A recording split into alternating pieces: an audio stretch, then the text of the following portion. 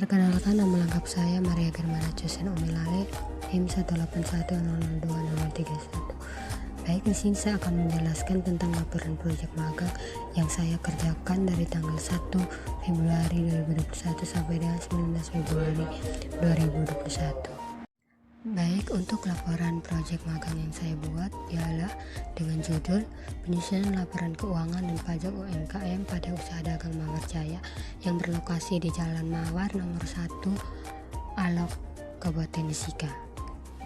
Di sini saya akan memberi gambaran sedikit tentang rancangan proyek yang telah saya buat, yaitu pada tanggal 23 sampai 29 Januari konsultasi judul dengan DPL, tanggal 1 sampai 5 Februari pengumpulan informasi, tanggal 8 sampai 12 Februari pembuatan format pembukuan keuangan, 15 sampai 19 Februari mengerjakan laporan keuangan dan menghitung pajak, 22 sampai 26 Februari membuat video pembuatan laporan keuangan dan mengedit serta menguploadnya ke YouTube.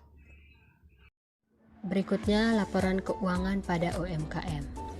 Menurut Ikatan Akuntan Indonesia bahwa definisi mengenai laporan keuangan terdiri dari proses laporan keuangan pada umumnya yang terdiri dari neraca, laporan laba rugi, laporan perubahan ekuitas, laporan arus kas, catatan dan laporan lain, serta materi akan penjelasan yang merupakan bagian integral dari laporan keuangan. Standar Akuntansi Keuangan Entitas Mikro Kecil dan Menengah atau SAK EMKM Usaha Mikro Kecil dan Menengah terbukti mendorong dan meningkatkan pertumbuhan ekonomi nasional secara berkesinambungan. Tujuan laporan keuangan menurut SAK EMKM adalah tujuan laporan keuangan adalah untuk menyediakan informasi posisi keuangan dan kinerja suatu entitas yang bermanfaat bagi sejumlah besar pengguna dalam pengambilan keputusan ekonomi oleh siapapun yang tidak dalam posisi dapat menerima laporan keuangan khusus untuk memenuhi kebutuhan informasi tersebut. Berikutnya perpajakan untuk UMKM. Menurut Ilyas tahun 2007, pajak penghasilan adalah suatu pajak yang dikenakan terhadap subjek pajak atas penghasilan yang diterima atau diperolehnya dalam tahun pajak. Salah satu subjek pajak adalah badan, terdiri dari perseroan terbatas, perseroan komanditer, perseroan lainnya, badan usaha milik negara, badan usaha milik daerah dengan nama dan dalam bentuk apapun, persekutuan, perkumpulan, firma, kongsi, koperasi, yayasan atau organisasi yang sejenis, lembaga dana pensiun dan bentuk badan usaha lainnya. Dengan demikian, pajak penghasilan badan merupakan pajak yang dikenakan terhadap salah satu bentuk usaha tersebut atas penghasilan yang diterima dalam satu tahun pajak. Berdasarkan Undang-Undang Nomor 36 Tahun 2008, omset 4,8 miliar menjadi batasan di perpajakan untuk UMKM. Tidak semua wajib pajak yang memiliki omset UMKM dapat menikmati fasilitas PPh final 1%. Ada wajib pajak yang tidak dapat memanfaatkan fasilitas PP 46 tahun 2013. Baik, yang berikutnya saya akan menjelaskan capaian tahapan proyek yang telah saya kerjakan selama 3 minggu terakhir. Untuk laporan laba rugi, neraca dan perubahan modal saya peroleh dari jurnal umum buku besar yang telah saya kerjakan di Microsoft Excel. Di sini bisa kita lihat UD Mawar Jaya laporan rugi laba mulai 1 Januari 2021 hingga 31 Januari 2021. Untuk pendapatan sebesar 5.254.000 akan dikurangi dengan biaya penjualan yaitu sebesar 4.291.500 sehingga memperoleh nilai 962.500. Jadi untuk labanya sebesar 962.500. Baik, yang berikutnya neraca. Di sini bisa kita lihat UD Mawar Jaya neraca per 31 Januari 2021.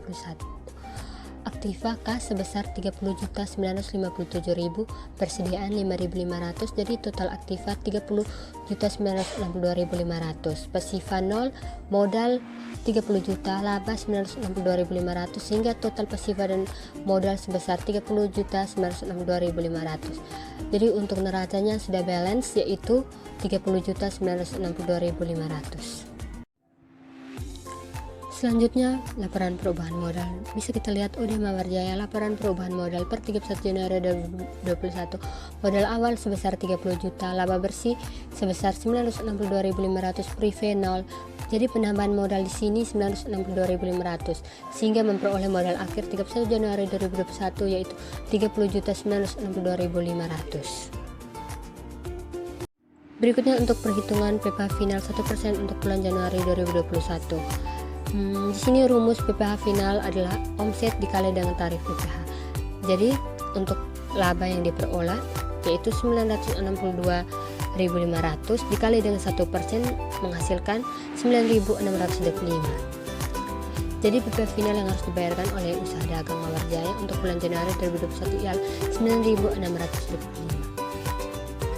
Baik, di sini yang terakhir kendala selama pelaksanaan proyek, yaitu yang pertama keterbatasan waktu narasumber dan juga saya, karena pelaksanaan proyek harus saya sesuaikan dengan jadwal kuliah. Yang kedua cuaca dan iklim yang tidak menentu, serta sekarang sedang adanya pandemi. Yang ketiga kesulitan membuat laporan keuangan karena UMKM tidak membuat laporan keuangan. Keempat kurangnya SDM narasumber. Di sini saya harus banyak menjelaskan tentang laporan keuangan yang terdapat pada UMKM serta pajak. Yang kelima kesulitan dalam mengambil gambar dengan pemilik usaha karena kesibukan pemilik untuk melayani pembeli. Berikut saya sajikan 3 foto yang saya dapat atau yang saya ambil selama melakukan kegiatan proyek.